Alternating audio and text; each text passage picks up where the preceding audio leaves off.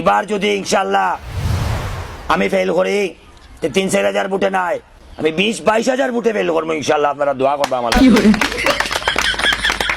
আমি মরহুম স্বয়ং খদম আলী আপনারা ওয়াদা দিলাম, আমি যদি ফেল করি বাইপাসের ফুল একটা আমি ভাঙিলিম।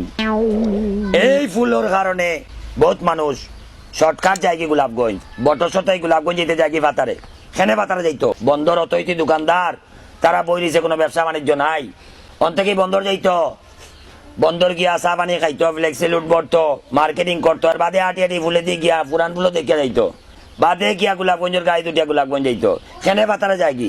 ফরিস্টকর ড্রাইভারে পাইতো 250 টাকা বা 150 টাকা। এটা আমার খুব খারাপ লাগে। এর লাগি আমি যদি এবার 20 হাজার ফুটে ফেল করতে পারি তাহলে আমি বাইপাসের ফুল একটা ভাঙিলিম। আপনারা ওয়াদা দিলাম।